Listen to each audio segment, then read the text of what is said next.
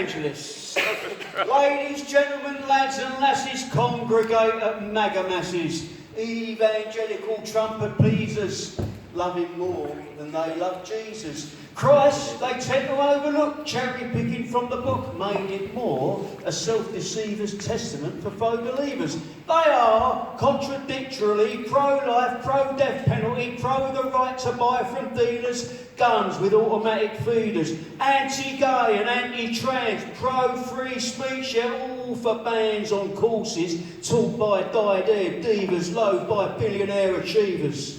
Also gathered here today, neo-Nazis, KKK, QAnon conspiracy heeders, climate skeptic methane breeders. They're surrounded by a clique that never turns the other cheek. Proud supremacists, straight white geezers, stand by truths for power seizures.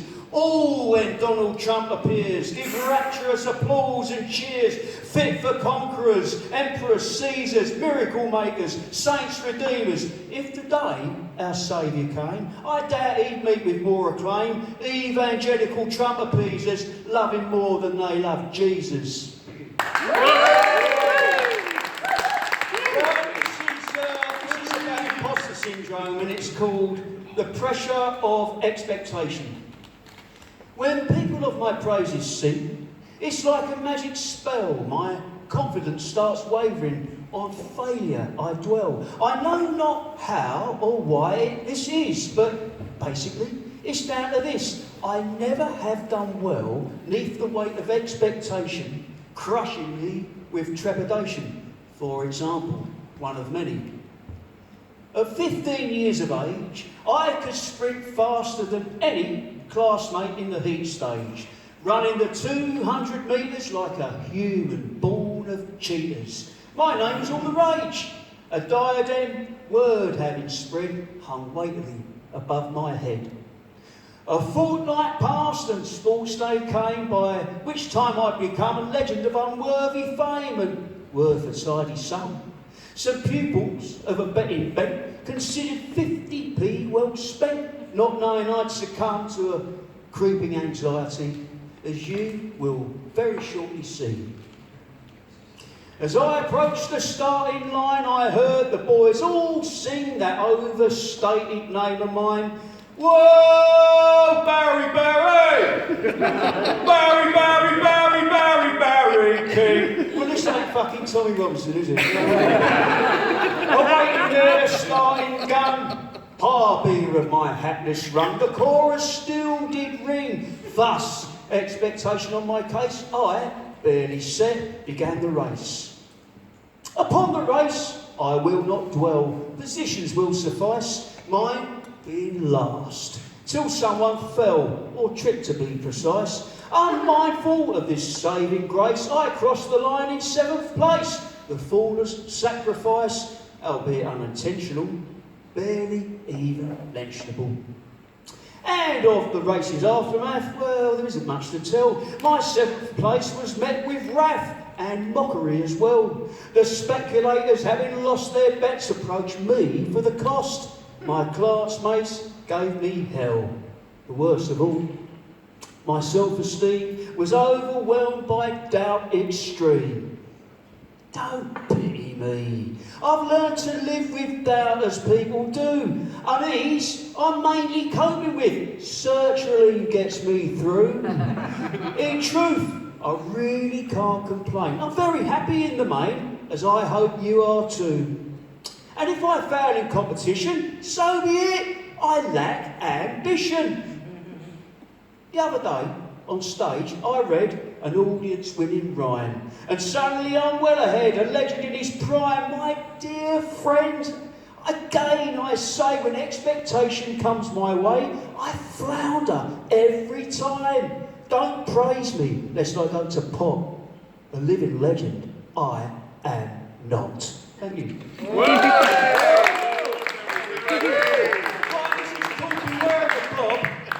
As far as I can ascertain, the blob is his thing that stops fucking maniacs like Liz Truss getting their own way, right? No.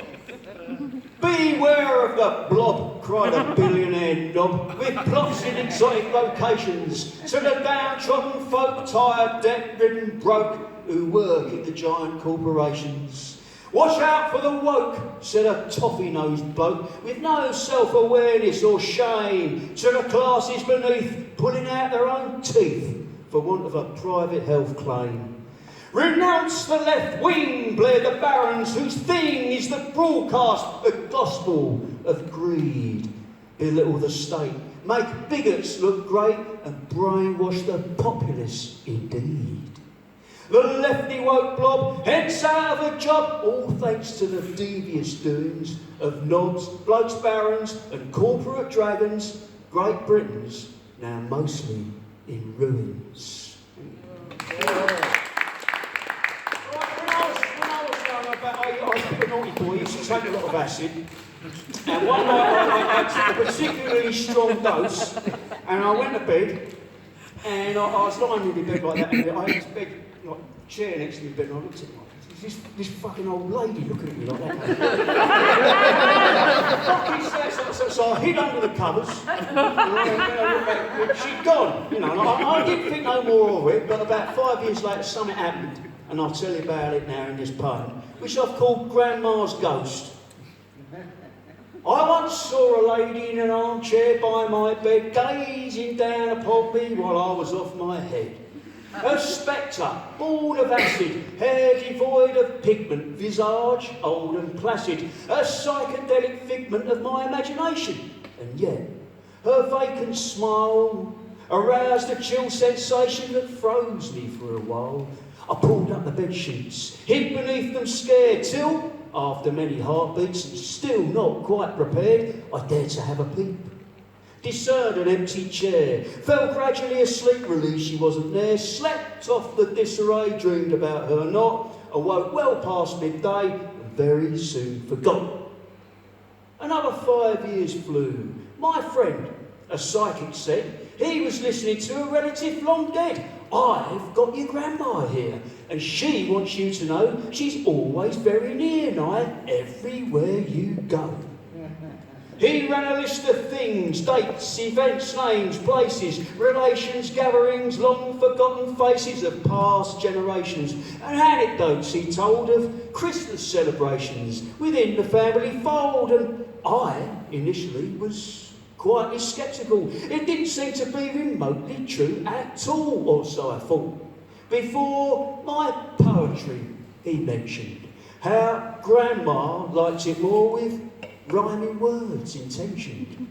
I time travelled back in time, remembering her there, staring at me intently from my old bedside chair, a very strange old dear from 5 years back in time. Was she now standing here, suggesting writing rhyme?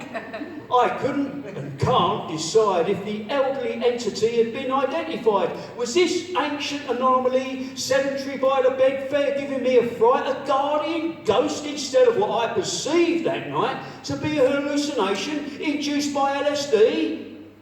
The psychic's revelation seemed apt poetically, since rhyming is my thing. Therefore, this one's in view of Doris Margaret King, and the ghost of who knows who. Right, last one. And it's an ode to Henry, right? But I'm going to dedicate it to Dyson, because he done us a good turn over the years, you know what I mean? But he popped his clogs. And first of all, we replaced him with a Vax, which was shite. And we got a Henry. And I've always wanted a Henry, so I was very thrilled. So I've written this poem about it. But I'm going to dedicate it to Dyson, all right? Oh, Dyson, lacking in suction power, was decommissioned and driven away. And all the debris he vowed to devour gathered, increasing with each passing day. Vax, being Dyson's upright replacement, was, by comparison, terribly poor. Dog hair stood fast, defying displacement, and many a time I'd stare at the floor, pining for Dyson, who, whilst not perfect, far outperformed Vax in his younger years. But alas, we dumped him. And I suspect, or hope, all his tubes and internal gears have since been recycled for all of his faults. He outstruck Vax in the living room waltz. The Hoover dilemma went on and on. We saved and on Facebook advertised facts. And now he's finally, thankfully gone, replaced by Henry, who sucks to the max. Farewell, dog hairs. No more will you come on our floors, no matter how stubborn you are. Henry is considerably tougher, such harder than Dyson or Vax by far. And my wife, being a romantic sort, saved up some more for a well-earned reward. Hence, a new partner for Henry she bought. Pink, turbocharged with an extra long cord. Hetty by name, short for Henrietta. I have to say, she sucks even better.